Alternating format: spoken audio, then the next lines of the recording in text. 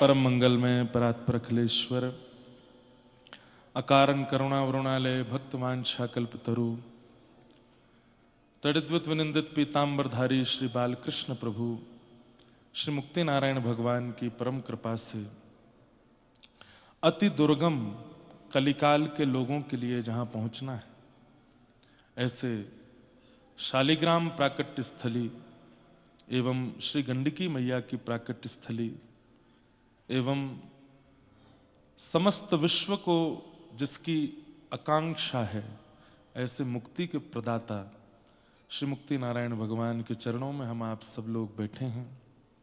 ये हमारा परम सौभाग्य है। पुरुषोत्तम मास का पावन अवसर चल रहा है, जहां पर वायु भी पुरुषोत्तम है, सूर्य भी पुरुषोत्तम है, चंद्र भी पुरुषोत्तम है, दिन भी पुरुषोत्तम है, रात्रि भी पुरुषोत्तम है। जहां सर्वस्व पुरुषोत्तम मैं है, ऐसे पुरुषोत्तम मास में हम आप सब लोग मुक्तिनाथ आ पाए हैं। ये हमारा बल तो नहीं है, ये हमारी योग्यता तो नहीं है। ये निश्चित ही दो कृपाएं हैं। पहली,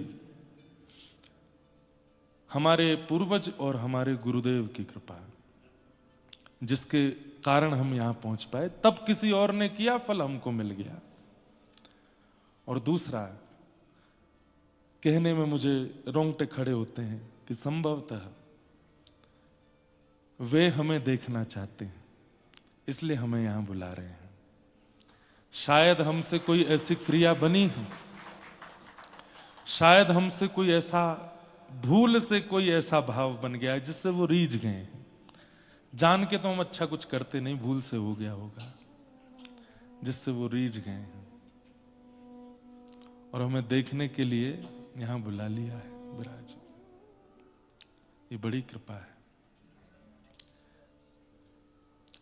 विराज, यहां आ जाओ, विराज जाओ ऊपर।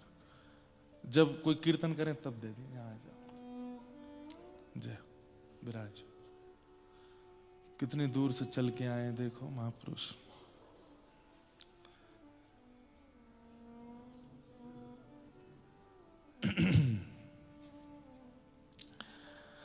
तो दो ही भाव लगते हैं। आप कहेंगे हम कौन सा वाला माने? दोनों मानिए। एक को क्यों छोड़ें?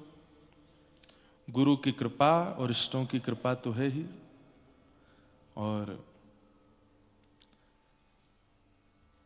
वे शायद रीझे भी हैं। नहीं तो उनकी कृपा ना हो तो यहां रुकना बहुत मुश्किल है। आधे से ज्यादा लोग वापस लौट चुके हैं और लौटने की कगार पर भी हैं। किसी की सांस फूल रही है, किसी को कुछ हो रहा है, किसी का सिर भारी हो रहा है, किसी के सिर में घंटियां बज रही हैं, किसी के कान में कुछ साए साए आवाज हो रही है। लोग बागा करके अपने अपने भाव बता रहे। हमने कहा भाई देख लो, कैसे भी रुक जाओ, पर इस स्थिति में आ जाओ कि सीधे नाथ की ही प्राप्ति होने वाली है, तो फिर देख लेना, निकल जाना।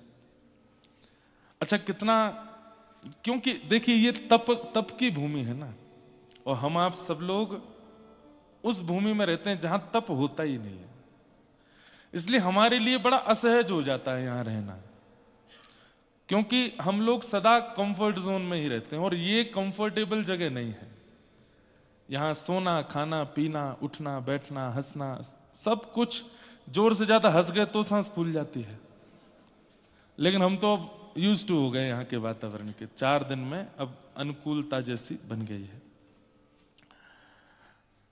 तो आज गंगा दशहरा का पावन दिवस है, और जिनके चरणों से श्री गंगा जी प्रकट हुई हैं, ऐसे ठाकुर जी के चरणों में हम बैठे हैं। बंधुओं, कोई मेरे मन में ऐसी कभी कोई भावना नहीं रहती कि मैं कभी कंपैरिजन करूं, लेकिन जो बात है वो है, गंगा जी चरणों से निकली हैं और श्री गंडकी मैया ठाकुर जी के गाल से निकली, और गाल से सीधा यूं ही थोड़ी यूं ही धार निकल आई होगी। गाल से थोड़े नीचे थोड़ी पे आई होंगी, थोड़ी से गाल पे गई होंगी, वक्ष का स्पर्श करके, उधर से फिर जंघा से, फिर चरणों से आकर के श्री गंडकी मैया प्रकट हुई। सर्वांगीण अंग का यदि जलाभिषेक पान करना हो तो श्री गंडकी मैया है। ठाकुर जी के चरणामृत का पान करना हो तो श्री गंगा मैया है। तो ये भी हमारा सौभाग्य कि गंगा दशहरा पर हम लोग गंडकी मैया के तट पर हैं। सारे कितने कितने सौभाग्य हैं, उन सबका मैं कहां कहां तक वर्णन करूं। कल हम आप सब लोग गंडकी जी के तट पर गए थे और शालिग्राम भगवान, वैसे मैंने रात्रि में भी आचार्य चरण से बात की कि असली पहचान क्या है, कि शालिग्राम कौन है। तो उन्होंने कहा कि मुक्ति नारायण क्षेत्र में श्याम शिला जो भी है वो शालिग्राम ही है, आप उसमें संशय मत कीजिए।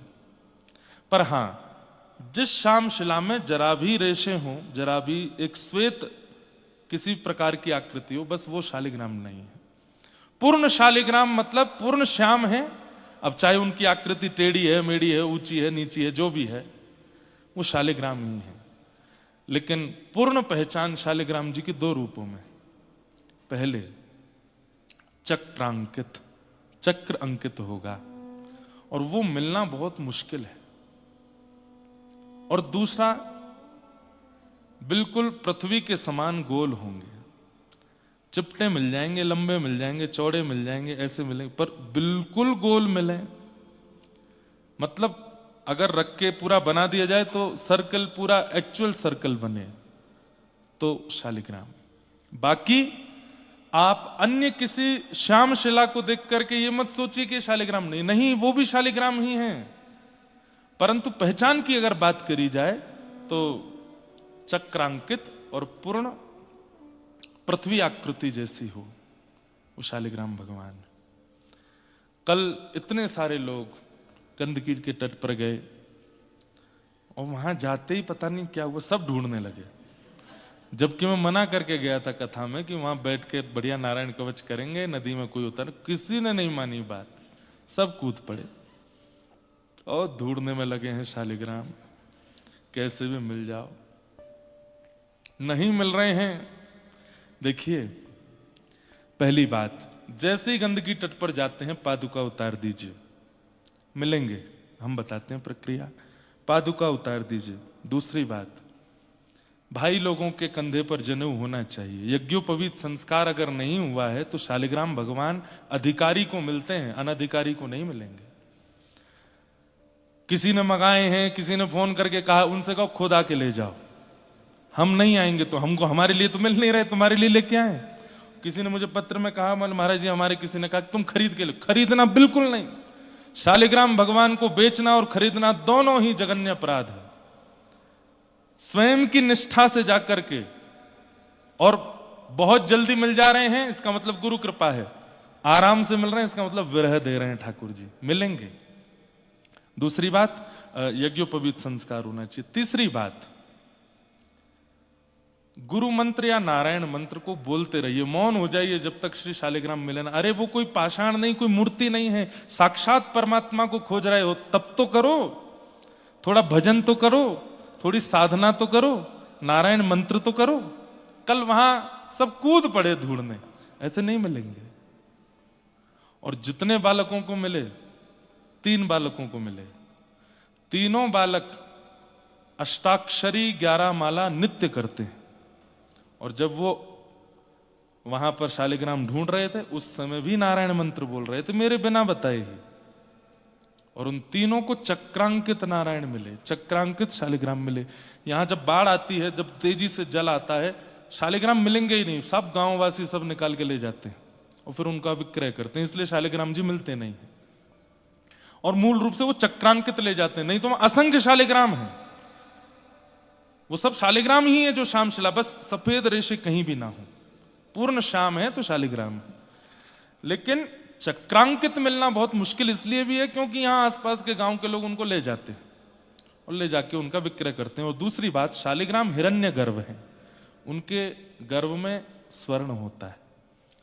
कई लोभी लोग तोड़ करके स्वर्ण निकाल लेते हैं और उनको खंडित कर देते हैं। इसलिए भी शालिग्राम जी दुर्बल हो जाते हैं यहाँ पर कल 3 बालकों को मिले और तीनों बालक शंख चक्र अंकित, मतलब श्री वैष्णव परंपरा में दीक्षित, नित्य 11 माला अष्टाक्षरी करने वाले, और तीनों ही भक्ति पथ के सेवक थे, मूल सेवक।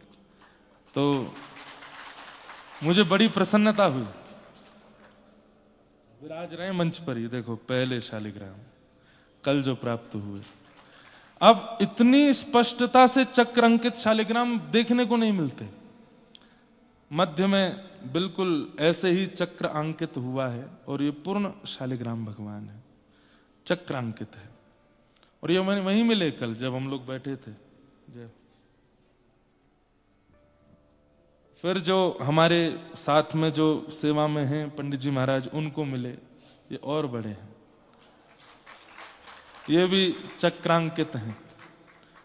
और ये जो वो कीट ठाकुर जी को खाता है, उसने तपस्या इसीलिए की थी कि सबसे सुंदर को खाऊंगा। तो ठाकुर जी बोले तुम हमको खा लेना, लाओ कीट बन जाओ। तो वही ठाकुर जी के अंदर ये चक्र अंकित करता है। एक शालिग्राम जी यहां बैठे नहीं है, उनके अंदर तो जगन्नाथ जी के जैसे नेत्र हैं और ऐसे अधर हैं, जैसे जगन्नाथ जी के अधर हैं, बिल्कुल ऐसे ही अधर हैं, छोटे से। एक शालिग्राम हमको और मिले, हमने चुपचाप अपनी जेब में धर लिए। हमको लगा कि कोई अधिकारी मिलेंगे तो हम देंगे, तभी हमको सामने एक अधिकारी दिखाई दिए, हमने चुपचाप उनको दे दिए।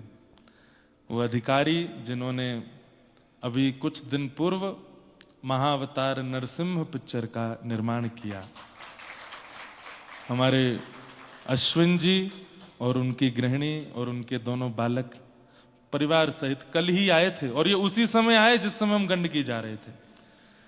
तो मैं तो चुपचाप जेब में धर के भाग रहा था वहां से, क्योंकि मैंने कोई खींच लेगा और मुझसे कोई मांग ले तो मैं मना करूंगा नहीं।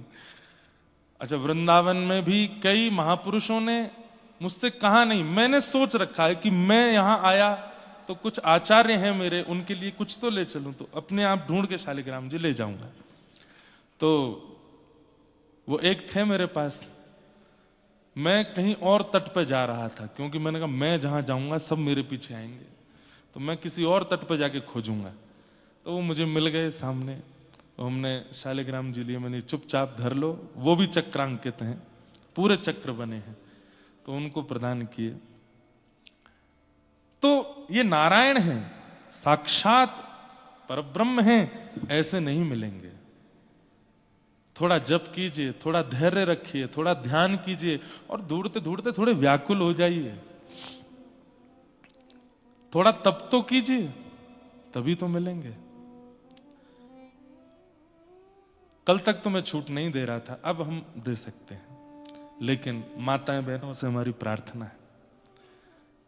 स्पष्ट लिखा है कि वज्र के समान कष्ट होता है यदि कोई माताएं स्पर्श करती हैं तो। क्यों? क्योंकि जैसे पतिव्रता नारी होती है ना, ऐसे ही श्रीमन नारायण शालिग्राम पत्नी व्रता है। वृंदा के अलावा मेरा कोई स्पर्श नहीं करेगा, ये उनका व्रत है। तुलसी के अलावा मेरा कोई स्त्री स्पर्श ना करे, ये मैं व्रत धारण करता हूं। बोलो पत्नी व्रत नारायण भगवान की। ऐसे कौन से पत्नी व्रत, काय को तोड़ो उनका व्रत। माताएं सोचती हैं कि हमको वंचित किया जा रहा है इससे, नहीं, वंचित नहीं किया जा रहा है भाई, उनका पत्नी व्रत चल रहा है। उन्होंने तुलसी जी से कह दिया है वृंदा से कि केवल तुम स्पर्श करोगी हमारा, और कोई स्त्री हमारा स्पर्श नहीं करेगी। इसलिए ठाकुर जी ने वहां कह दिया कि यज्ञोपवीत जिनके नहीं है, वो श्लोक है पूरा ग्रंथ में।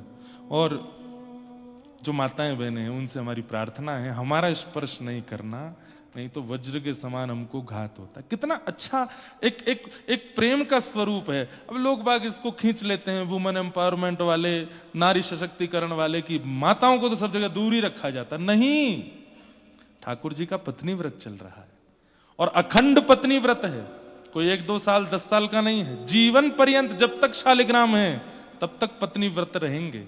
सीखिए पुरुषों, शालिग्राम भगवान की सेवा करके कोई गुण आवे चाहे नहीं आवे, लेकिन पत्नी व्रत जरूर आना चाहिए, एक पत्नी व्रत। ऐसे शालिग्राम भगवान कल प्राप्त हुए। वहां छोटे छोटे शालिग्राम भी हैं, इतने छोटे छोटे। शालिग्राम भगवान का एक स्वरूप यह है, वो स्पर्श करेंगे ना तो बड़े नवनीत नवनीत जैसे होंगे। अच्छा, जिनको शालिग्राम मिले कम से कम एक रात्रि उनको घी में नवाओ, घी में ही छोड़ दो, रात्रि भर घी में ही रहने दो, दूसरे दिन फिर पंचामृत अभिषेक करो। वैसे तो आज्ञा ये है कि अपने सदगुरु को दीजिए, सदगुरु अर्चना करके आपको प्रदान करें, फिर उनकी सेवा करो। हमने तो वहीं तीनों चारों शालिग्राम भगवान का पंचामृत अभिषेक कर दिया, वहीं गंडकी में स्नान करके जिन जिन के थे उनको दे दिए। सोचिए 400 लोग गए लेकिन मिले 4। कितने दुर्गम है, कितने दुर्बल है, कितनी तपस्या चाहिए शालिग्राम भगवान को देखने के लिए।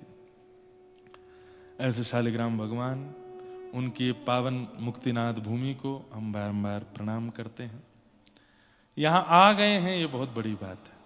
दोबारा कब आएंगे कुछ पता नहीं है, और दोबारा आने की योजना बनाएंगे तो इतनी सरलता से आ पाएंगे, इतनी सरलता से व्यवस्था हो जाए। सरल तो अभी भी नहीं है, पर फिर भी ये हो रहा है, ये बहुत बड़ी बात है। ये हो जाए, ये गारंटी नहीं है कि मैं अगली बार कथा का मन बनाऊं और आ सकूं। इसलिए मैं इसको परिपूर्ण जी के जाना चाहता हूं। जो इस बार यहां आ गए हैं, इसको परिपूर्ण करके जाना चाहता हूं। अगली बार नाथ की इच्छा होगी तो जरूर आएंगे। पर मानसरोवर में कथा निश्चित है, और कैलाश मानसरोवर में अभी से ही ना थोड़ी थोड़ी चीजें शुरू कर दीजिए। रोज वॉकिंग करना शुरू कर दो, थोड़ी सांस वांस की दिक्कत जिनसे कम होती है वो सब चीजें शुरू कर दो, हेल्दी खाना पीना शुरू कर दो, क्योंकि वहां मौसम बहुत खराब है। खराब मतलब वो हम लोगों के लिए है ही नहीं ना, वो शिवलोक है। हम मानव जबरदस्ती जाएंगे तो फिर भाई प्रतिकूलता तो लगेगी। और वहां ऐसा होता है कि व्यक्ति सोया और फिर उठा ही नहीं, सोते में ही दम घुट गया उसका। तो इसलिए थोड़ा कठिन तो है। दूसरा, वहां की गाइडलाइन के अनुसार तो 70 से ऊपर के लोग नहीं जा सकते, पर हमारी गाइडलाइन में हम 65 से ऊपर को नहीं ले जाएंगे, 60-65 तक ही लेके चलेंगे। बाकी युवाओं को ज्यादा लेके चलेंगे, ताकि क्योंकि वो सर्वाइवल स्थिति में होते हैं। क्या मनाली जाते हैं, शिमला विमला घूमते रहते, चलो मानसरोवर घुमा के लाए, वहीं महादेव का साक्षात दर्शन करके आएंगे। और विषय होगा रास पंचाध्याय, गोपी गीत। मुझे नहीं लगता कि आज तक मानसरोवर में किसी ने रास पंचाध्याय कहा होगा। अरे वो गोपेश्वर हैं, उनको गोपी बनना बहुत प्रिय है। उनका सबसे प्रिय श्रृंगार है गोपी का। उनके सन्मुख जाकर के उसी रास पंचाध्याय, जो रास यमुना के तट पर हुआ वो रास अब मानसरोवर के तट पर होगा। और मानसरोवर दो ही हैं, मानसरोवर दो ही हैं इस संसार में, या तो कैलाश में या हमारे ब्रजमंडल में। ब्रजमंडल में यमुनापल्ली पार मानसरोवर, उसको ब्रज हमारे वृंदावन वाले राधा रानी बोलते हैं। कहां जा रहे हैं? बोले राधा रानी जा रहे हैं। तो राधा रानी कहां है? यमुना के पल्ली पार माट गांव से पूर्व, भांडीर वन से पहले पड़ता है मानसरोवर, जहां पर श्री हितरवंश महाप्रभु स्वामी श्री हरदास जी महाराज सबने नित्य लीला में प्रवेश किया। मानसरोवर, मानसरोवर की रज ही हमारे हरिदासी सब अपने मस्तक पर लगाते हैं। ऐसे मानसरोवर दो ही है, तो ऐसे मानसरोवर के तट पर चलेंगे। उसकी पूरी योजना बना रहे हैं, ढूंढ रहे हैं कैसे क्या हो सकता है, और उसकी योजना जैसी बन जाएगी आप सबको पता चल जाएगा। जरूर आइएगा, और थोड़ा स्वास्थ्य का ध्यान रखते हुए आइएगा। वहां पर भी अश्विन जी को ले चलेंगे। अभी इनकी महाअवतार परशुराम आने वाली है। कब आ रही है? अगले वर्ष आएगी। परशुराम भगवान से, चलो नृसिंह भगवान को तो फिर भी लोग बाग थोड़ा बहुत जानते थे, पर परशुराम भगवान के बारे में तो बहुत कम जानते हैं। और हमें विश्वास है कि आप आचार्यों से पूछ करके ही करते हैं, आचार्यों से, शास्त्रों से, ग्रंथों से निकाल करके ही भाव प्रस्तुत करते हैं, तो संभवतः सबके कल्याण का ही भाव उसमें प्रकट होगा। और वहां मानसरोवर में आनंद करेंगे। मुक्तिनाथ में आज गंगा दशहरा का पावन दिवस, पूज्य मलुक पीठ वाले महाराज जी की हम कथा सुन रहे थे, इतना सुंदर उन्होंने एक नवीन प्रसंग सुनाया गंगा जी के अवतरण का, जो कि देवी भागवत में वर्णित है। कि एक बार बद्री नारायण भगवान से नारद जी पूछते हैं, श्रीमद् भागवत में एकादश स्कंद इतना सुंदर है, यदि मेरा मन हुआ तो मैं कल शायद हो सकता है एकादश स्कंद उठाऊं। वहां बद्री विशाल भगवान प्रवचन करते हैं, नर नारायण भगवान का संवाद है। इतना सुंदर वक्तव्य करते हैं ठाकुर जी, हमने गीता ही सुनी है। ठाकुर जी जहां भी बोल रहे हैं सारी बातें सुनो, एक से बढ़कर के एक। हम लोगों को केवल एक गीता पता है, श्रीमद् भागवत में जहां भी आता है श्री भगवान वाच, उसको पढ़िए, आपके रोंगटे खड़े हो जाएंगे, ऐसी बातें ठाकुर जी करते हैं। ये वही भगवतः प्रोक्तः उपाया आत्मलब्धये। भगवान कहते हैं उद्धव मेरी प्राप्ति करनी है तो जहां भी मैं बोला हूं सुनो, जहां भी मैंने कुछ कहा है उसको सुनो और उसको समझो। उससे क्या होगा? बोले मेरी प्राप्ति सहज ही हो जाएगी। ये वही भगवता प्रोक्तः उपाया आत्मलब्ध है। मेरी प्राप्ति का उपाय सबसे सरल, बहुत उपाय हैं पर एक उपाय यह भी है, मैं जहां भी बोल रहा हूं ध्यानपूर्वक सुनो और उसका पालन कर लो।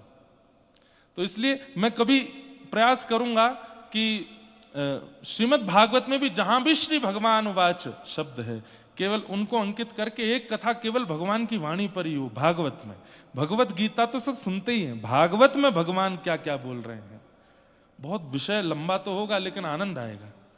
तो नारद जी श्री बद्री नारायण भगवान से पूछते हैं कि महाराज गंगा जी के अवतरण की एक कथा तो हम सब जानते हैं, कि कथा सबको पता है गंगा जी कैसे आई पृथ्वी पर।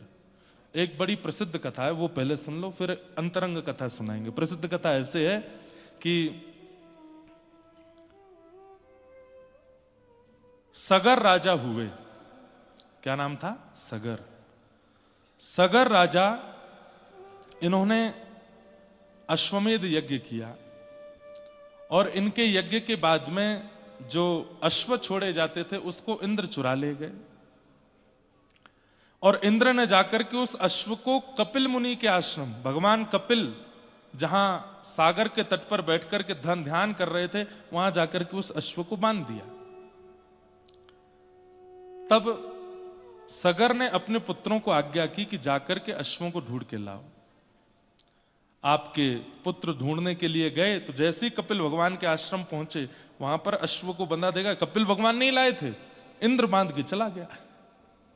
तो आपने जाकर के वहां पर थोड़ा कुछ कहना शुरू कर दिया कि अरे ध्यान कर रहे हो, तपस्या में बैठे हो, हमारे पिता के घोड़े को चुरा लाए हो। तो कपिल भगवान ध्यान तप में बैठे थे, आपके नेत्रों से दिव्य तेज प्रकट हुआ और वे सारे बालक जल करके भस्म हो गए। तब सगर राजा ने अपने दूसरे पुत्र को भेजा और उन्होंने जाकर के जब देखा तो कपिल भगवान के आश्रम पर अश्व बंधे हैं और राख का ढेर। उन्होंने पूछा कि भगवान ये अश्व तो हमारे पिताजी का है। तब उन्होंने पूरी बात बताई। बोले अश्व कोई और बांध के गया, तुम्हारे सब बड़े भाई लोग हम पर संशय कर रहे थे, नेत्र से दिव्य तेज निकला, जल के भस्म हो गए। बोले अब इनका उद्धार कैसे होगा? बोले एक ही उपाय है। बोले क्या? वैकुंठ में भगवान श्री नारायण के चरणों का नित्य पूजन होता है और उनके चरणों का नित्य मार्जन होने पर जो जल संचित होता है वो गंगा है। यदि वे पृथ्वी पर आ जाएं तो भयंकर अपराध करने वाले मानवों का भी उनके स्पर्श से कल्याण हो जाएगा। तो आप जाकर के तप करो। तब सगर राजा के पुत्रों ने जाकर के हिमालय पर तप किया। प्रथम पुत्र के तप पर नहीं आई, दूसरे पुत्र के तप पर नहीं आई, तब तीसरे पुत्र श्री भगीरथ जी गए और उन्होंने जाकर के गंगा मैया से कहा कि मेरे पूरे पूर्वज निकल गए, आपको बुलाने में आप आती क्यों नहीं है? मां कुपुत्रो जायेत क्वचिदपि कुमाता न भवति। पुत्र को पुत्र होता है, मां कुमाता थोड़ी होती है, मां तो दयावंत होती है, आप आइए ना पृथ्वी पर। तब भगीरथ के इस वेदना से महादेव रुष्ट हो गए और महादेव ने कहा अरे गंगा, ये तुम्हें बुला रहे हैं, तुम जाती क्यों नहीं हो? तब गंगा जी बोली मैं पृथ्वी पर जाऊंगी, ये सारे दुष्ट लोग स्नान कर करके मुझे अपवित्र कर देंगे। तब महादेव ने कहा नहीं, आप मां हैं, दुष्ट जन स्नान करके अपवित्र करेंगे तो संत जन आकर के स्नान करके आपको पवित्र भी तो कर देंगे। केवल दुष्टों का ही स्नान थोड़ी होगा। भजनानंदी, इसीलिए भजन भी आवश्यक है। जब व्यक्ति नाम जप करके गंगा स्नान करने जाता है तो गंगा जी उसका स्वागत करती हैं।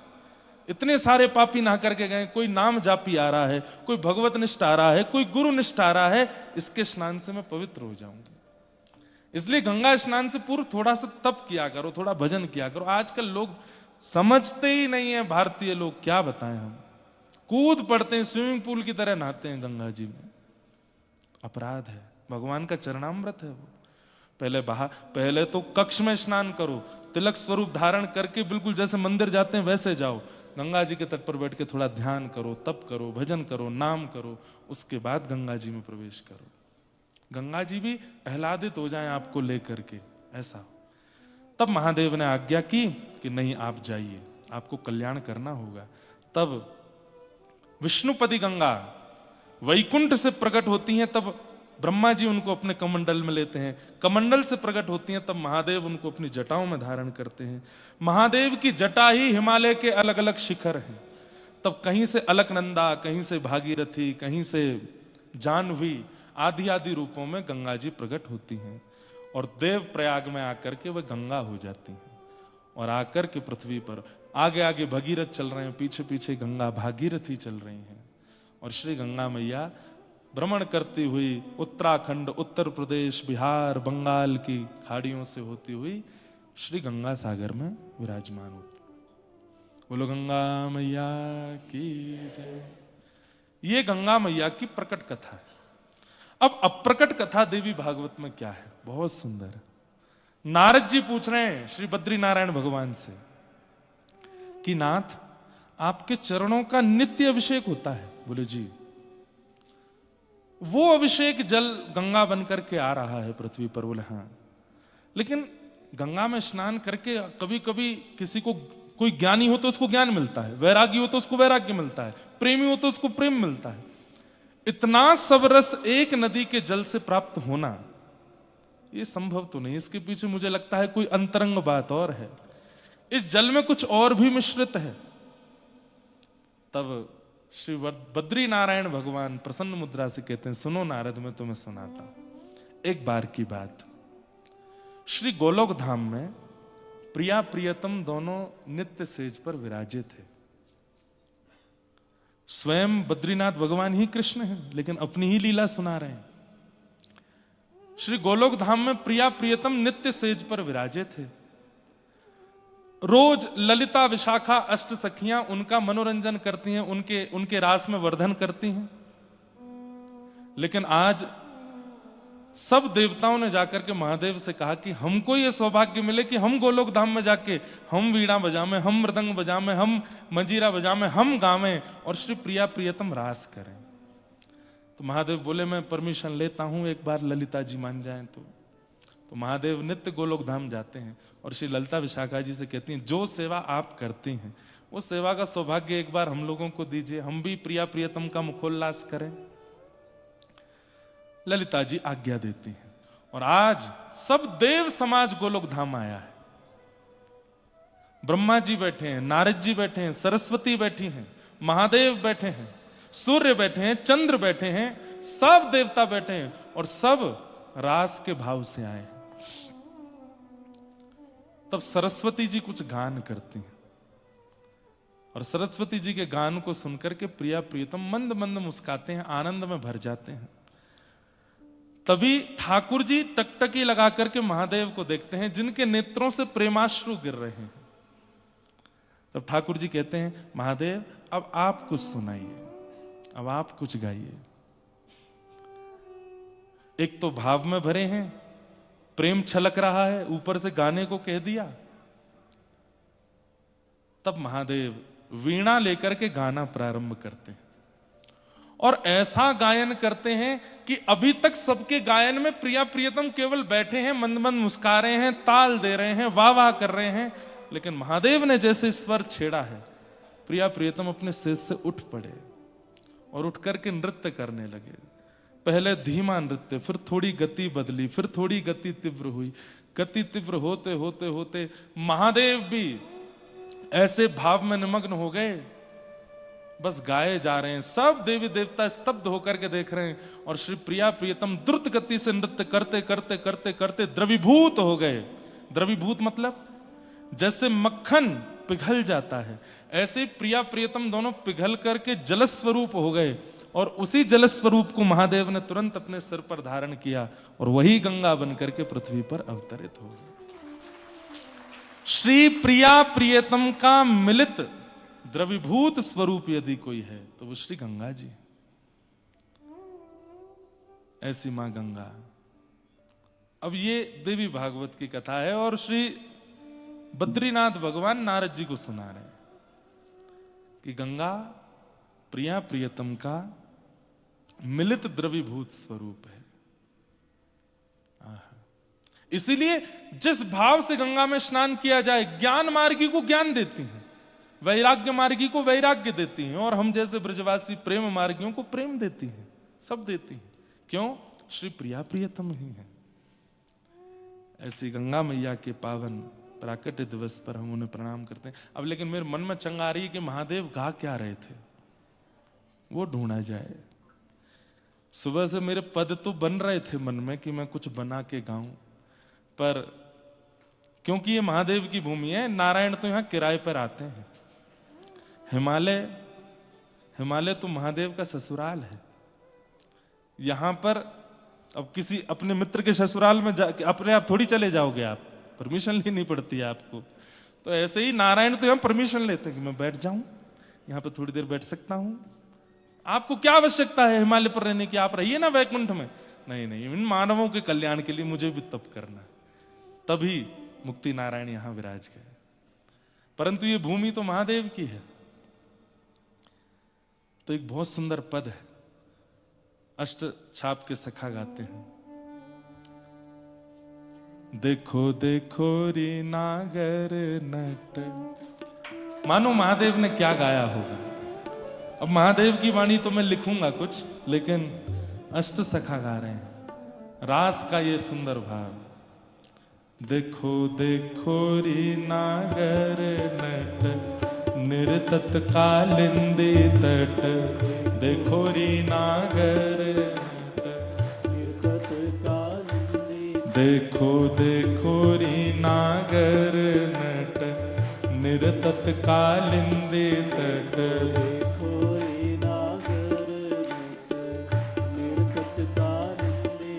देखो देखो री नागर नट, निरतत कालिंदी तट।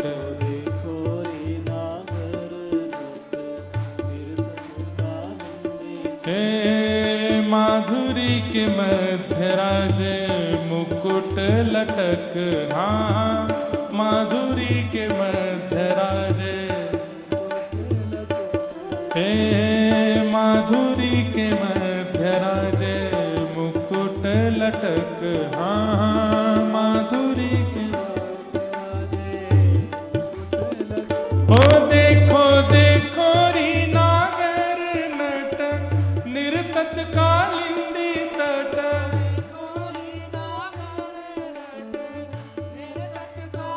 ओ देखो देखो री नागर नट, निरतत कालिंदी तट। बोल रास रासेश्वर भगवान की।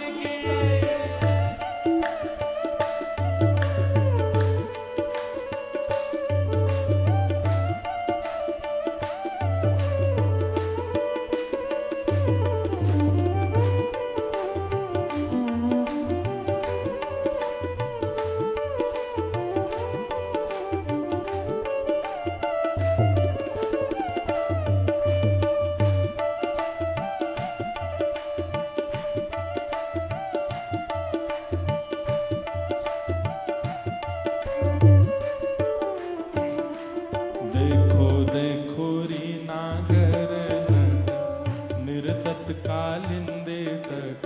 देखो री नागर नट, देखो देखो री नागर नट, निरतत कालिंदी तट।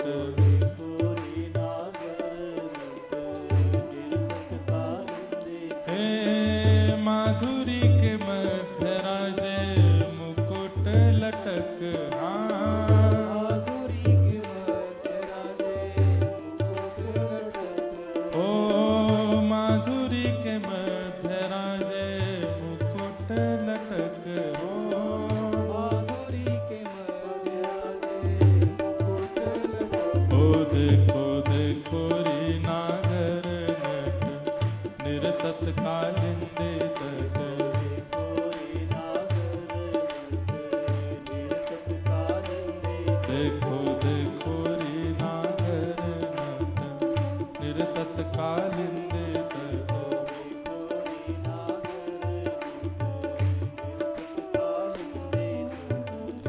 ठाकुर जी नृत्य कर रहे हैं और श्री महादेव प्रेम से गा रहे। अब यहाँ इंटरनेट तो चलता नहीं, पद मिल नहीं रहा मुझे, नहीं तो पूरा गाता। बहुत सुंदर पद है क्या आपके पास? तो भिजवाओ ना, वहां बैठे बैठे जल्दी दो। हाँ भाई दोबारा बजाओ। देखो देखो रे नागर नट निरतत कालिंदे तट, देखो रुक जाओ। देखो देखो रे नागर नट निरतत कालिंदे तट,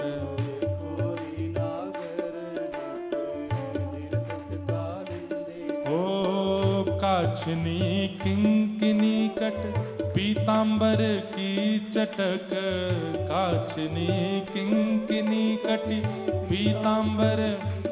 आहा कितना सुंदर भाव है। काछनी किंकिनी कटी, अपने कटी पर सुंदर कछनी पहनी है और उसके ऊपर में छोटी छोटी छोटी छोटी क्षुद्र घंटिका की कौंदनी पहनी है ठाकुर जी ने। जब नृत्य कर रहे हैं तो छोटी छोटी घंटिकाएं बज रही हैं। अरे भैया क्या पासवर्ड है इसका? पासवर्ड क्या है? क्या 7 है? 2 बार 7, हाँ 2 बार 7 फिर है 00 फिर से 7। वाह अच्छा 77077। अरे क्या है 77 770077। वाह अब आपके घर वालों को पता चल गया आपके फोन का। काछनी किंकिनी कट पीतांबर की चटक, आहा गोपिन के मध्य राजे मुकुट लटक। हाँ गोपिन के मध्य राजे मुकुट लटक। ओ देखो देखो री नागर नट निरतत कालिंदी तट,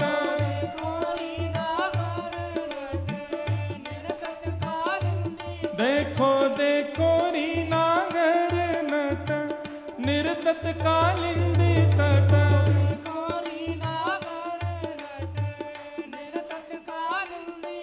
ओ तत थई ताता थई शब्द सकल घट, तत थई ताता थई शब्द सकल घट, तत थई ताता थई शब्द सकल घट।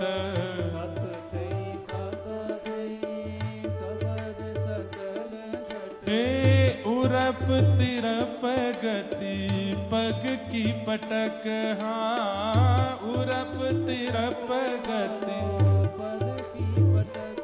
ओ उरप तिरप गति पग की पटक, हाँ उरप। ओ देखो देखो री नागर नट निरतत कालिंदी तट।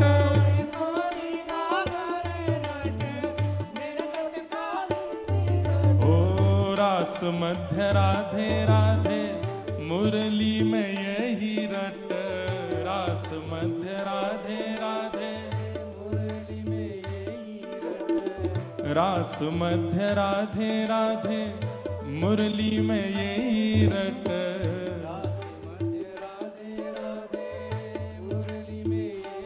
ओ नंददास गावे तहाँ निपट निकट, हो नंददास गावे तहाँ हाँ नंददास गावे तहाँ निपट निकट, हो नंददास ओ देखो देखो री नागर नट निरतत कालिंदी तट।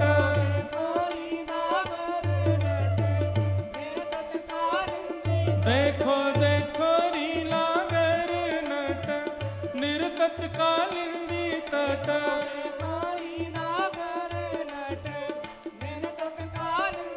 हे मध्य राजे मुकुट लटक, हाँ गोपिन के मध्य राजे मुकुट।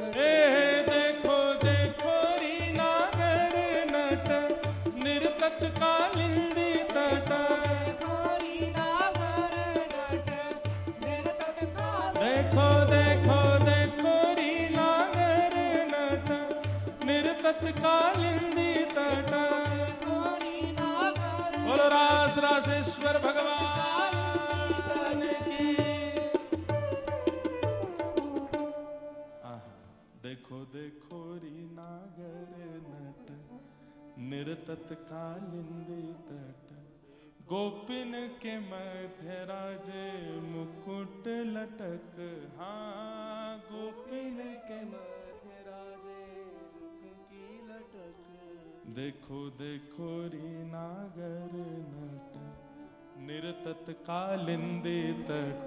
देखो री नागर नट, निर्तत कालिंदी। यही पद चलेंगे मानसरोवर की कथा में। वहां आज तक वैराग्य की ही बातें की गई होंगी, हम वहां रस की ही चर्चा करेंगे। ना सांस फूलेगी, ना सिर दर्द होगा, आनंद आवेगा। चंद्र किरण सा श्याम सलोना। और मैं देखूंगा अगर जो तिथि निकल रही है, लगभग अगले वर्ष की ही चल रही है बात, उस तिथि में पूर्णिमा हो रहा जाए और पूर्णिमा की रात्रि हो, मानसरोवर पर बैठे हो। हमारी योजनाएं तो इतनी बड़ी बड़ी बन रही हैं, वहां जाके पता चली व्यास जी याद है रास्ता में। लेकिन चंद्र किरण सा श्याम सलोना, दो आंखें कजरारी। ठुमक ठुमक नाचे गोपियन के संग, जग का पालन हारी। रास बिहारी संग राधा सुकुमारी, व्रज में विराज रे, श्याम संग राधा नाचे। श्याम संग राधा नाचे। ओ वंशी वट पे यमुना तट पे, कान्हा रास रचावे। वंशी वट पे यमुना तट पे, कान्हा रास रचावे। तब एक गोपी बन के शंकर आए, गोपेश्वर कहलाए हो।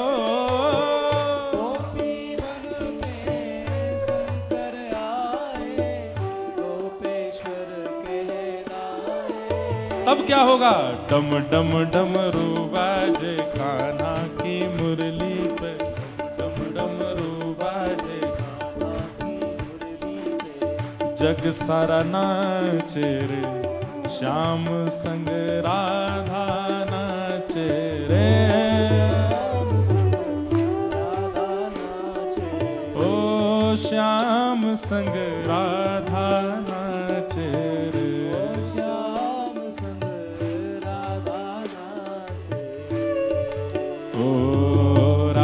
नाचे कृष्ण नाचे, नाचे गोपीजन। राधा नाचे कृष्ण नाचे, नाचे गोपीजन। क्योंकि मन मेरा बन गया सखी रे, पावन वृंदावन हो। मेरा बन गया सखी रे, पावन वृंदावन। देखो राधा रानी की प्रसादी आई है। ये मेरी गलती नहीं है कि हम मुक्तिनाथ में ये रस की चर्चा कर रहे हैं। श्री जी की प्रसादी आई है, इसीलिए हो रहा है।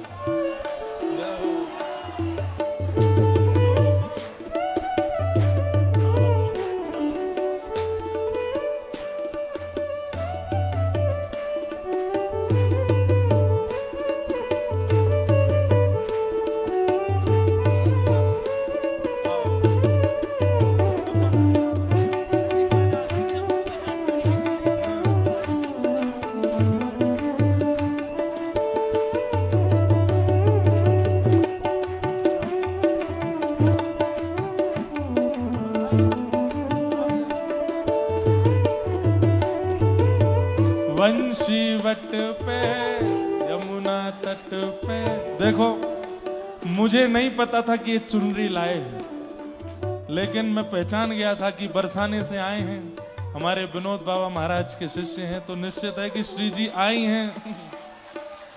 तो ये चर्चा बनना तो स्वाभाविक बात है। बैठ जाओ। जहां विराजे राधा रानी, मेरो मन लगो बरसाने में। जहां विराजे राधा, हो मन हट्यो है दुनिया दारी से, मन हट्यो है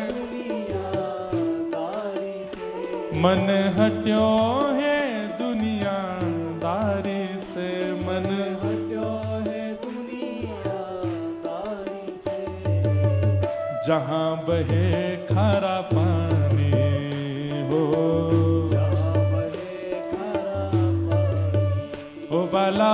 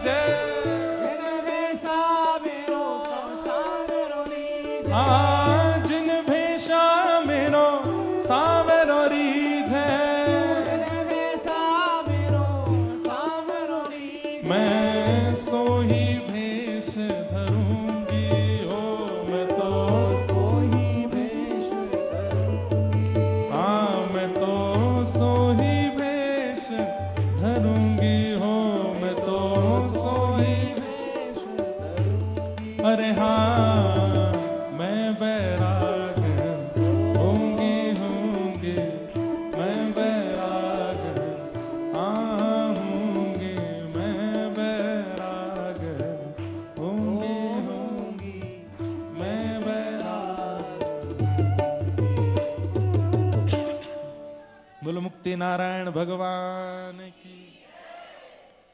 बद्रीनाथ में पिछले वर्ष संकल्प लिया था कि मुक्तिनाथ में कथा करेंगे, तो बद्रीनाथ भगवान ने ही पूरी व्यवस्था संभाली। अब मुक्ति नारायण में संकल्प ले रहे हैं कि अगले वर्ष कथा मानसरोवर करेंगे। अब कथा कैसे होगी ये तो भगवान जाने। मुक्तिनाथ भगवान से 2 दिन कथा और यही प्रार्थना करके जाना कि नाथ वो कथा खूब मंगलमय हो और हम सब पहुंच सकें। और महादेव, हाँ गए थे आप? वाह, तो अगले साल मत चलना फिर। वाह, हम तो भाई पहली बार जाएंगे। पिताजी तो कथा कर चुके हैं वहां। पिताजी की कथा कुछ साल पहले हुई थी, माताजी पिताजी दोनों गए। हम कल माताजी से बोले कि 2 दिन की 3 दिन की कथा बच्ची, आप आ जाओ। बोले मैं छोटे पोटे पहाड़ों पे नहीं जाती, मैं मानसरोवर होके आ चुकी हूँ।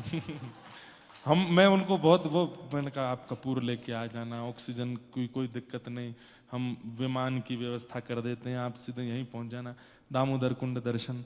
सब बातें सुनने के बाद फिर यही बोले हम छोटे मोटे पहाड़ों पे नहीं जाते, हम तो मानसरोवर होके आ चुके हैं। मैंने कहा वाह। तो ये एक भाव है, बाकी नाथ पूरा करें ऐसी हमारी भावना। जीवन देखिए, लोग बाग ऐसा सोचें कि भाई वृद्धावस्था में या फिर थोड़ी आयु और बड़ी हो तब जाएं, क्या फायदा, अभी इंद्रियां सारी योग्य हैं। हम तो इसीलिए सारे दुर्गम स्थानों में कथा अभी कर ले रहे हैं, बाद का कुछ पता नहीं है, क्योंकि कलयुग इतना खतरनाक है, कलयुग बढ़ता जा रहा है, शरीर की स्थिति कुछ पता नहीं है। तो अभी हो आओ, जहां जहां हो आ सकते हैं, हमारे लिए ये बात है। और हम अपने युवा भाई बहनों से भी कहें अभी हो लो, बात का कुछ पता नहीं। और कलयुग इतना प्रचंड होता जाएगा कि हो सकता है कि आगामी समय में इन स्थानों के दर्शन हो ही ना, पता नहीं, कुछ भी हो सकता है। इसलिए हो रहे हैं तो कर लो। और हमें तो बस कोई कामना थोड़ी है, हमारे तो खुद के खूब धन लग जाते हैं, खुद की जेब से लग जाता है कई बार, लेकिन करना है क्यों, यहां से कुछ प्राप्त होगा। अब मानसरोवर में कथा रास की होगी, निश्चित है, प्रेम बढ़ेगा व्रज के प्रति, क्योंकि महादेव को वहां सबने महादेव की ही उपासना से कथा की होगी, वहां पर अन्य अन्य भावों से कथा हुई, पर रसयुक्त तो मुझे नहीं लगता कि अभी तक वहां हुआ है। और ये हो, ऐसा संकल्प यहां उठे तो निश्चित है कल्याणकारी होगा, आनंद आएगा, सब चर्चा करेंगे। मुक्तिनाथ, 2 दिन से हमारा यही विषय चल रहा है। वैसे रस पक्ष में जाकर के दोबारा ज्ञान पक्ष में आना थोड़ा सा कठिन तो होता है, परंतु इसको ऐसा मान लीजिए कि गुलाब जामुन खाने के बाद पापड़ की इच्छा कभी कभी होती है, ज्यादा मिठास हो जाए तो थोड़ा पापड़ खाया जाता है। तो मुक्तिनाथ, मुक्ति का एक पर्यायवाची और है मोक्ष। क्या है? तो मोह का जो क्षय है उसी को मोक्ष कहते हैं। पर विचारधारा हमारी ऐसी बन जाती है आशावरी कि मृत्यु के पश्चात ही हम इन सब शब्दों का अपने अंदर आकलन करते। नहीं, जीते जी मोह का क्षय ही मोक्ष है। और ये मोक्षनाथ है, ये मोक्ष धाम है। यहां 12 योजन तक एक कीट पतंग भी यदि अपने प्राण त्यागता है तो उसका मोक्ष निश्चित है। और मुक्तिनाथ के महात्म्य में ऐसा भी लिखा है कि जो जीवन में एक बार मुक्तिनाथ आ जाता है उसका फिर मोक्ष कन्फर्म है। पर हम तो दीयमानम न ग्रहणंति, परसों ही बात हुई थी हमारी आपकी कि दीयमानम न ग्रहणंति, हमें नहीं चाहिए मोक्ष। हम ब्रज के उपासक हैं, हम मोक्ष के लिए प्रार्थना करते नहीं। लेकिन आज सुबह मेरे मन में एक बात उठ रही थी। सुबह सुबह का सत्र इतना अद्भुत होता है बंधु, मैं आपसे फिर निवेदन कर रहा हूं, ब्रह्म मुहूर्त से लेकर के और कथा में आने तक थोड़ा कुछ चिंतन किया कीजिए। यहां ऐसा लगता है कि जैसे कोई आकर के कुछ बता रहा है। क्या हमारे पंडित जी आते हैं, मैं कुछ ना कुछ लिखता ही रहता हूं, कुछ ना कुछ उस समय चलता ही रहता है। मोह का क्षय ही मोक्ष है। तो सुबह आज मेरे मन में आया कि क्या मैंने कल या परसों के अपने वक्तव्य में मुक्ति की बहुत अवहेलना जैसी तो नहीं कर दी कि हमें नाथ ही चाहिए, नाथ ही चाहिए, नाथ ही चाहिए, मुक्ति नहीं चाहिए। जिसे स्वामी अपने नाम के आगे लगा करके बैठे हैं वो इतनी उपेक्षित तो नहीं होनी चाहिए। मुक्ति की इतनी उपेक्षा तो नहीं अच्छी। ठीक है, हम मानते, हम ब्रजवासी, हम ब्रज के लोग किसी को कुछ नहीं मांगते। हम कहते रहते कथा, मुक्ति नौन सी खारी लागे, मुक्ति नमक जैसी खारी लगती है। ये उपेक्षा अच्छी तो नहीं। तब मन में ये भाव आया कि मोक्ष केवल मृत्यु के पश्चात का नहीं, ये तो कल भी हुई थी बात। मोह का क्षय ही मोक्ष है, मोह का नाश ही मुक्ति है। और हम अगर ध्यान करते हैं, गुरु परंपरा का पाठ करते हैं, तिलक स्वरूप धारण करते हैं, धाम गमन करते हैं, लेकिन मोह वो नहीं छूट रहा है तो मोक्ष नहीं हो सकता।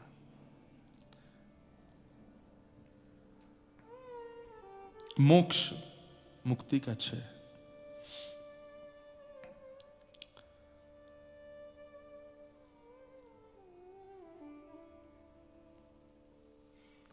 मुक्ति नारायण, मुक्तिनाथ। नाथ शब्द का अर्थ क्या होता है? रक्षक, जो हमारी रक्षा करे उसे नाथ कहते हैं। ठाकुर जी किन किन प्रकारों से रक्षा करते हैं? कई बार हमारे मन में ऐसे भाव आ जाते हैं। मुक्तिनाथ गए थे, बहुत दुर्गम रास्ता था, बहुत कठिन रास्ता था, गाड़ी एक बार तो लगा कि बस खाई में गिर जाएगी, और एक जगह पत्थर गिर गए थे, एक जगह ऐसा हो गया था। भगवान ने हमारी बड़ी रक्षा की। ये रक्षा नहीं है, इसको रक्षा नहीं मानते। हमारी तो सांस फूल गई थी, डॉक्टरों ने कह दिया था इनको वापस ले जाओ, लेकिन 1-8 घंटे में ही थोड़ी सी ठीक हो गए। मुक्तिनाथ भगवान ने रक्षा की। ये रक्षा नहीं है। ये तो आपके प्राण बचे हैं कुछ दिन के, और इसलिए तब तक कुछ हो नहीं सकता। जब जाने होंगे तो चले ही जाएंगे, नहीं जाने होंगे तो आप कितने भी 0% एयर उसमें जहां पर ऑक्सीजन लेवल हो वहां पहुंच जाओ तो प्राण नहीं जाएंगे। प्राण का जब जाना निश्चित है तो ही जाएगा। इसमें आप ये बात अगर कहते हैं कि भगवान ने हमारी रक्षा की, ये रक्षा नहीं है। रक्षा क्या है? स्वामी विवेकानंद विदेश गए थे और उनके वक्तव्य को सुन के किसी स्त्री ने मोहित होकर के कह दिया, आप मुझसे विवाह कर लो। विवेकानंद जी बोले, क्यों? बोले, आप जैसे पुत्र को जन्म देना मेरा सौभाग्य होगा। मैं आपसे विवाह करूंगी तो आप जैसा पुत्र मेरे से जन्मेगा। स्वामी विवेकानंद ने 3 परिक्रमा करके प्रणाम किया। बोले कि मैं अपने जैसा पुत्र दे पाऊंगा इसकी गारंटी नहीं, पर जब तक जीवित हूं मैं ही आपका पुत्र रहूंगा। आपकी इच्छा पूरी होगी, मैं आपका पुत्र हूं। ये है भगवद रक्षा कि विषय सामने आया और आप विचलित नहीं हुए। वस्तु सामने आई भोग की, लेकिन आप विचलित नहीं हुए। ये है भगवद रक्षा। और विषय वस्तु सामने आ गई और आपने सोचा कोई देख थोड़ी रहा है, किसी को पता थोड़ी चलना है, और आप उस विषय में प्रवृत्त हो गए, मतलब ठाकुर जी ने रक्षा नहीं की आपकी। भगवान कहते हैं नमे भक्त्या प्रणश्यति, मैं अपने भक्त का कभी पतन नहीं होने देता। पतन का मतलब मृत्यु से तो नहीं होता, जीवित अवस्था में आने वाली योजनाओं में। जब व्यक्ति, उनकी कथा सुनी होगी सबने, सदन कसाई, शालिग्राम भगवान को ही बाट मान करके तराजू में तोल देते थे, मांस एक तरफ मांस दूसरी तरफ शालिग्राम।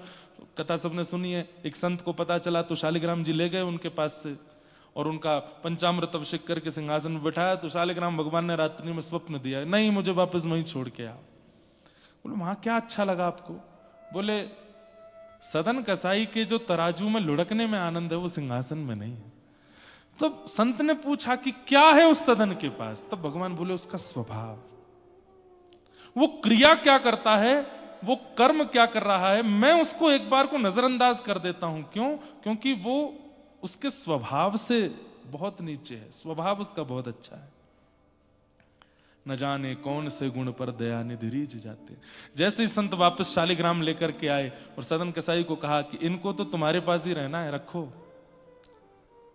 तब सदन कसाई ने सोचा कि जब नाथ मेरे लिए सिंहासन छोड़ के आ सकते हैं, नाथ मेरे लिए पूर्ण व्यवस्था छोड़ के आ सकते हैं, मैं नाथ के लिए मांस का विक्रय नहीं छोड़ सकता। उसी लिए त्याग दिया सब, निकल पड़े जगन्नाथ की यात्रा पर। क्योंकि श्रेष्ठ कुल में नहीं थे, इसलिए लोग बाग उनको थोड़ा दूर रखते थे अपने आप से। एक नगर में पहुंचे तो उस नगर में एक कन्या खड़ी थी अपने बालकनी पर और देख करके रीझ गई सदन कसाई से। सदन जी ने उसको देखा, कुछ ऐसा भाव नहीं था, पर उस कन्या ने कुछ इशारा किया तो सदन जी तो भक्ति में लीन थे, उन्होंने बस हाथ जोड़ करके ऐसे सिर झुकाया। कन्या ने इशारा, उस स्त्री ने इशारा ये किया था कि अगर तुम मुझसे विवाह करो तो मैं अपने पति को मार के आ जाऊंगी। और सदन कसाई तो दीन होते हैं ना भक्त, तो उसने यही किया, मार करके अपने पति को आ गई और आकर के कहा कि अब तुम मेरा संग करो। सदन जी बोले मैं इसके लिए उपयुक्त नहीं हूं, मैं तो अब नाथ को प्राप्त करने जा रहा हूं, अब संसार की कोई रुकावट मुझे कैसे रोक सकती है? तो उसने कहा मैंने तुम अपने पति को मार दिया तुम्हारे लिए और तुम कह रहे हो कि, बोले मैंने ऐसा नहीं कहा था कि आप उन्हें मारिए, मेरी भावना ऐसी नहीं थी। अब स्त्री हट हल्ला कर दिया, पूरा नगर उस स्त्री की बात मानने लगा। और जय जय हो महाराज।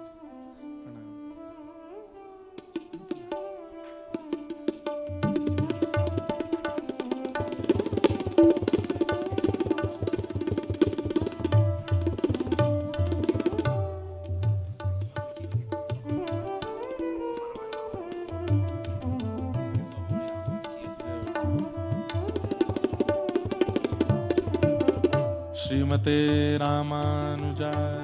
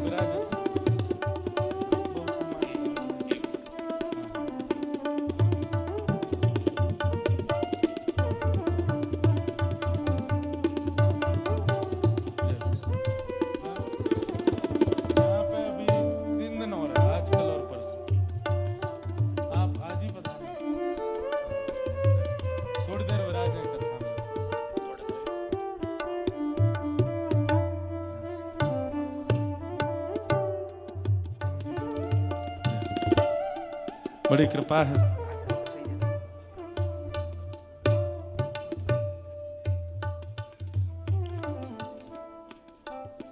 विल्लीपुत्तूर दक्षिण भारत से हमारे रामानुज परंपरा के परम वैष्णव त्रिदंडी स्वामी जी पधारे हैं। हम आपको बारंबार प्रणाम करते हैं, बारंबार वंदन करते हैं। सब लोग, सब वैष्णवों की ओर से महाराज जी को बारंबार जय श्रीमन नारायण।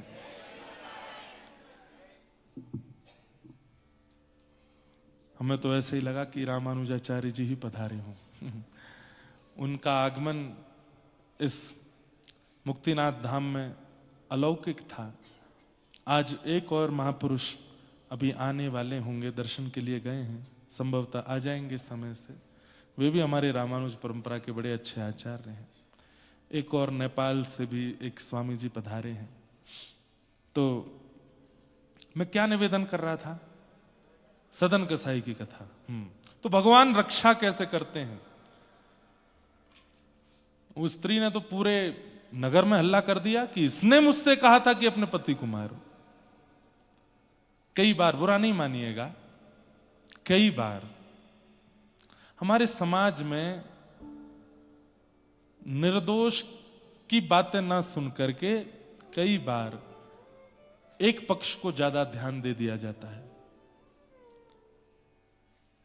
और वो स्त्री है, उसने रो करके जब कहा कि इन्होंने कहा था इसलिए मैंने पति को मारा, तो राजा ने अपने सामने खड़ा कर दिया और सदन कसाई से कहा कि क्या ये सत्य है? अब सदन जी तो जगन्नाथ जी के दर्शन में विह्वल हो रहे थे। ये कहां का प्रपंच लग गया उनके साथ? ये ठाकुर जी करते ही है, उनका स्वभाव ही है। जैसे ही आप उनसे मिलने के मार्ग पर चलोगे, एक प्रपंच तो वो लगा ही देते हैं पीछे। सदन जी बोले मुझे कोई इच्छा नहीं है, मैं अगर बहुत प्रमाण भी दूंगा तो भी इन्हीं को सत्य माना जाएगा। मेरे बार बार बोलने पर भी मेरी बात नहीं सुनी जाएगी, तो मैं वक्तव्य देके क्या करूं? आप सीधा दंड दे दीजिए, जो दंड है मैं सहने को तैयार हूं, बस मृत्यु दंड मत देना।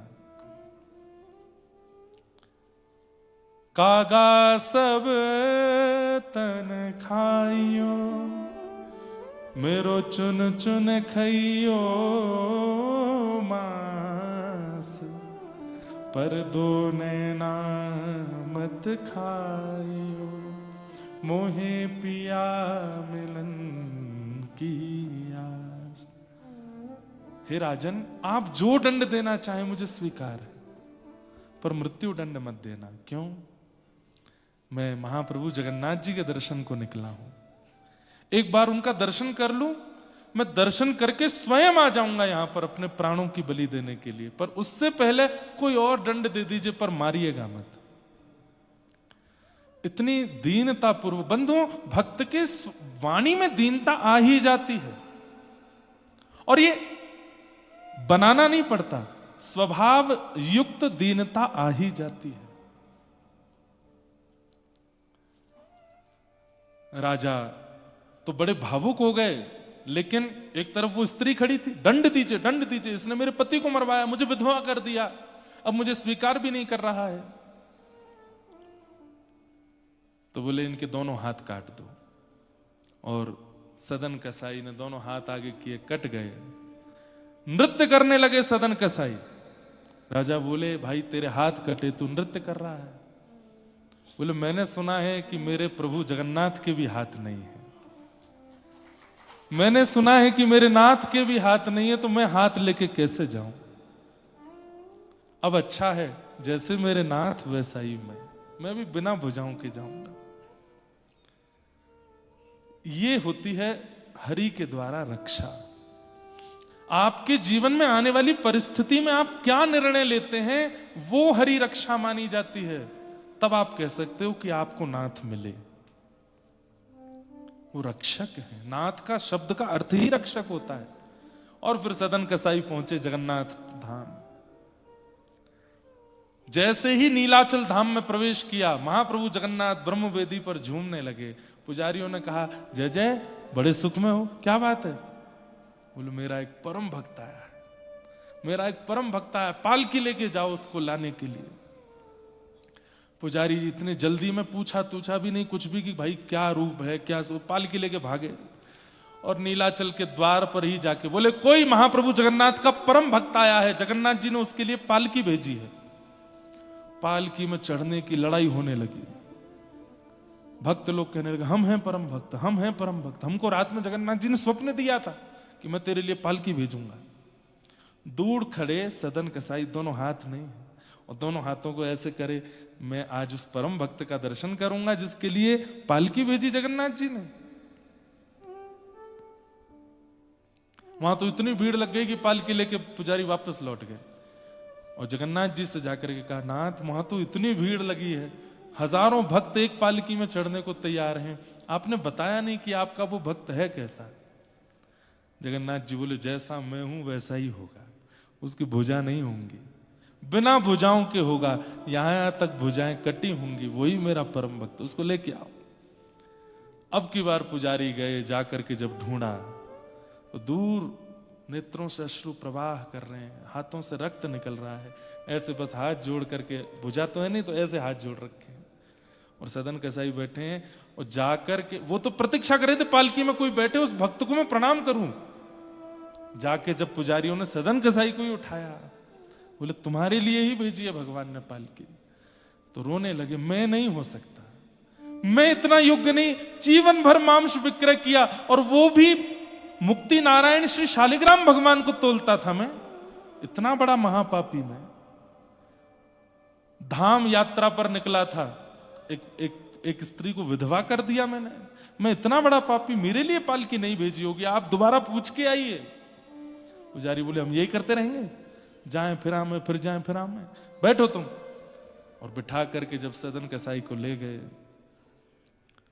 कौन कुटिल खल कामी मौसम, कौन कुटिल खल काम। भक्त का एक स्वरूप है बंधुओं, उसको कभी भी अपनी भक्ति का अभिमान नहीं हो सकता, मान नहीं हो सकता कि मैंने इतना किया। वो कितना भी करने के बाद यही सोचेगा ये तो कुछ भी नहीं था।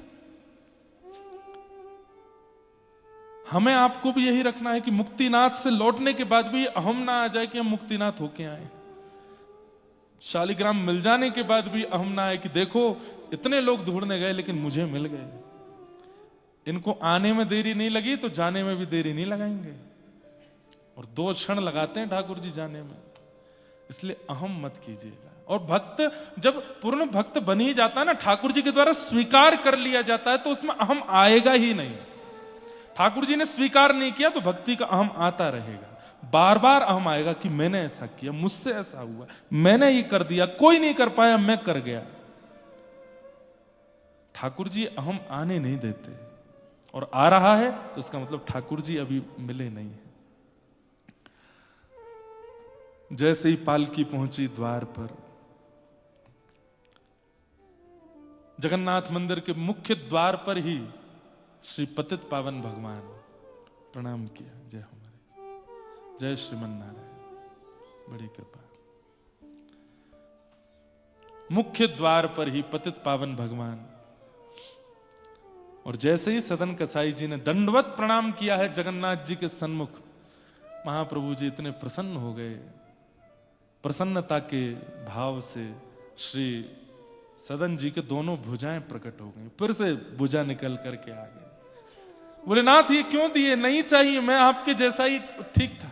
बोले नहीं इसलिए दिए तुम कीर्तन करो, करताल बजा करके गाओ, नृत्य करो, मुझे रिझाओ।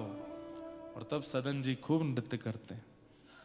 तो भगवत रक्षा, प्राण रक्षा को भगवत रक्षा मत मानिए कि आपके प्राणों की रक्षा हो गई, गिरने से बच गए, मरने से बच गए, यहां बच गए वहां बच गए तो भगवान ने बाल बाल बचाए। भगवान नहीं बचा रहे हैं वहां पे, आपके जीवन अभी बचा है, आपका जीवन अभी बचा है, अभी मृत्यु नहीं आई है इसलिए बच गए हो।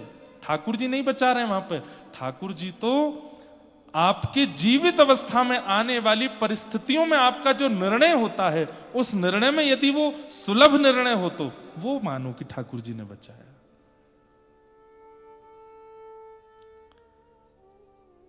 तो नाथ मतलब रक्षक, और मोह का क्षय जिसका हो गया हो उसी की रक्षा करते हैं, वही है मुक्तिनाथ। जो मोह का क्षय कर गया है उसी के रक्षक बनते हैं श्री मुक्तिनाथ। ऐसे मुक्तिनाथ भगवान। तो मैं सुबह विचार कर रहा था कि मुक्ति अपेक्षित नहीं होनी चाहिए। हम ब्रजवासी जन कई बार कह देते हैं कि मुक्ति अपेक्षा के लिए नहीं। मृत्यु के बाद वाली मुक्ति की हम कभी कभी अवहेलना तो नहीं करते, अपेक्षा तो नहीं करते, पर उसको स्वीकार नहीं कर रहे हैं कि नहीं चाहिए। पर जीवित अवस्था में बिना मुक्ति के भक्ति संभव नहीं है। बिना मोह के क्षय के भक्ति नहीं होगी, बिना मोह के क्षय के नाथ नहीं मिलेंगे। राजा जनक की सभा में राजा जनक की सभा में अष्टवक्र पहुंचे और अष्टावक्र परम ज्ञानी, 8 जगह से शरीर टेढ़ा था उनका, इसलिए उनको अष्टावक्र कहा जाता था। जैसे भगवान हमारे त्रिवक्र हैं, श्री कृष्ण जो हैं वो त्रिवक्र हैं, 3 जगह से टेढ़े हैं, सिर टेढ़ा, कमर टेढ़ी, और ये टेढ़े हैं नहीं, रहते टेढ़े हैं। वैसे कोई ठाकुर जी, वो एक मराठी हमने अभंग गाया, लकरा लकरा च लकरा, बांकोरी बांको बांकोरी बांको, काना काना एक पाम ते बांको है। वो बांके हैं नहीं, वो कोई, अब मराठी भाषा में तो सीधे कहती है लंगड़ा। ठाकुर जी लंगड़े नहीं है, ठाकुर जी टेढ़े मेढ़े है नहीं, वो उनका स्वरूप है। वो ऐसे बन के रहते, उनकी अदा है खड़े होने की, सबकी अपनी अपनी होती, उनकी है। लेकिन अष्टावक्र तो वास्तविक वक्र है। उनके पैर भी टेढ़े हैं, कमर भी टेढ़ी है, गर्दन भी टेढ़ी है, हाथ भी टेढ़े हैं, लेकिन परम विद्वान। जनक जी की सभा में पहुंचे और जैसे ही जनक सभा में पहुंचे तो सब लोग उनकी चाल पर, ढाल पर थोड़े हंसने लगे। अष्टावक्र बोले, ये सभा मेरा उपहास नहीं कर रही है, मुझे बनाने वाले का उपहास कर रही है। मटका खराब है, मटका बुरा है, मटका बेकार है, मटका योग्य नहीं है, मटके को कोई बुराई नहीं है इसमें, वो तो मिट्टी का ही है। उसको बनाने वाले ने उसको ऐसा बनाया है, आप तो बनाने वाले का उपहास कर रहे हो। जनक जी महाराज चरणों में बैठ गए, बोले महाराज क्षमा कर दीजिए। बोले नहीं, मैं इस सभा में नहीं बैठूंगा। बोले भगवान क्षमा कर दीजिए, मैं सबकी ओर से आपसे क्षमा मांगता हूं, और मेरे मन में एक जिज्ञासा आई है, मैं वो पूछना चाहता हूं। बोले क्या? बोले आप जैसा परम ज्ञानी व्यक्ति इतने छोटे से उपहास से इतना बुरा क्यों मान रहा है? आप जैसा परम ज्ञानी व्यक्ति इतने से उपहास को सहन नहीं कर पाया। तब अष्टावक्र कहते हैं, मेरा उपहास हो तो मैं सहन करूं, पर मुझे बनाने वाले का उपहास, मेरे नाथ का उपहास, ये मैं स्वीकार नहीं करूंगा। जनक जी ने उसी समय पूरी सभा को खाली कर दिया, अकेले बैठे हैं, अष्टावक्र को सिंहासन पर बिठाया और 3 प्रश्न किए। सबसे पहला प्रश्न, मोक्ष कैसे मिलता है? मोक्ष की प्राप्ति, मुक्ति कैसे आती है जीवन में? कृपा करके मुझे ये बताइए। दूसरी बात, ज्ञान कैसे प्रकट होता है? और तीसरी बात, वैराग्य का जन्म कैसे होता है? कौन कौन से प्रश्न किए? सबसे पहला प्रश्न, मुक्ति कैसे प्राप्त होती है? दूसरा प्रश्न, वैराग्य कैसे आता है? और तीसरा प्रश्न, ज्ञान की प्राप्ति कैसे होती है? अष्टावक्र बोले, तीनों प्रश्न एक साथ पूछने वाले नहीं हैं जनक। तुमने पहला प्रश्न किया, मुक्ति प्राप्त कैसे होती है। अब जब मोक्ष ही मिल गया तो मोक्ष प्राप्त करने वाला व्यक्ति ज्ञान नहीं पूछता, मोक्ष प्राप्त करने वाला व्यक्ति वैराग्य नहीं पूछता। ये 3 प्रश्न एक साथ नहीं पूछे जा सकते, एक ही पूछो। मोक्ष कैसे प्राप्त होता है, मुक्ति कैसे मिलती है? तब ज्ञानी है, ज्ञानी बहुत बड़ा प्रवचन नहीं करते, ज्ञानी अधिकतर एक भाव में उत्तर देने का प्रयास करते हैं। अष्टावक्र बोले, मुक्ति का एक ही उपाय है, समस्त विषयों का विषवत त्याग, यही मुक्ति है। ध्यान से सुनिएगा, बहुत अच्छा प्रसंग है। समस्त विषयों का विषवत त्याग। विषवत त्याग मतलब अब नवरत्न का लड्डू बना हो,